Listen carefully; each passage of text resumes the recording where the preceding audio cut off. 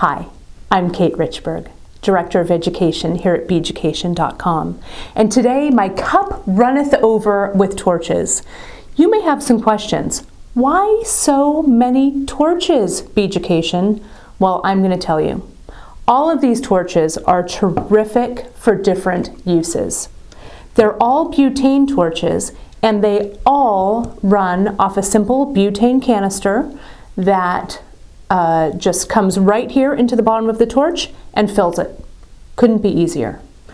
They're all slightly different though and have their own specialized uses. So I'm going to tell you what torch to use for what project. Let's get started. But wait, we can't get started yet. What I want you to do is, when you have some time, hop on over to our free classes and check out our free torch safety class with Iris Sandkuhler. You're going to know everything you need to know about how to use these torches safely. Here are 3 butane torches. So we've got 3 different grades of torches here that I want to talk to you about. They're all terrific torches, but they each have a great specific purpose. So here we have the microtorch. This is the least expensive of the 3 torches that I'm going to share with you, but it's a terrific torch for beginners. So, like all butane torches, there's a stem right here in the bottom that you use the butane canister to fill it, and you can see here's the head. This is where the flame comes out when it's on.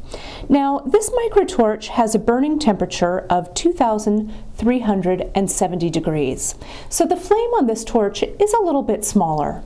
It's perfect if you're just doing some simple soldering work, like soldering a jump ring onto a blank, or fusing, or even drawing a bead on a piece of wire for a head pin.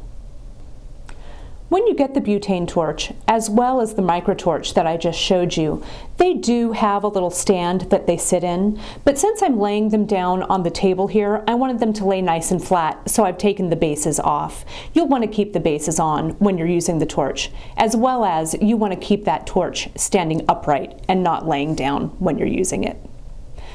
The blazer is also terrific for soldering. Like I said, this is a little more of an advanced torch. The temperature that it gets up to is 2,500 degrees. So it's a great torch when you're doing projects that are a little more advanced. Let's say that you're soldering 2 blanks together. It has a nice tapered flame, so it is perfect for jump rings. And of course, for fusing and for drawing that bead on a wire, it's great too.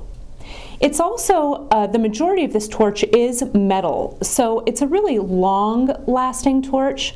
I'll tell you, I've had one of these torches for years, and I've never had to replace it yet. This is the Max Flame torch. This is the largest torch of the 3 that I'm sharing with you today. This torch also gets up to 2,500 degrees. But the difference between this torch and the blazer is, as you can see as I rotate this so you can see the torch head, see how much larger the torch head is on this particular torch? That creates a much larger flame than the blazer. So the width of the flame is actually quite a bit wider. So if you're soldering pieces that are larger, let's say something like this, maybe 1.5 inch square piece of brass with multiple pieces soldered on the front, something like this would take a larger amount of flame or a wider flame to really solder effectively, as well as perhaps a heavy-duty ring band like this copper ring band. That's going to solder in a flash with this Max Flame torch.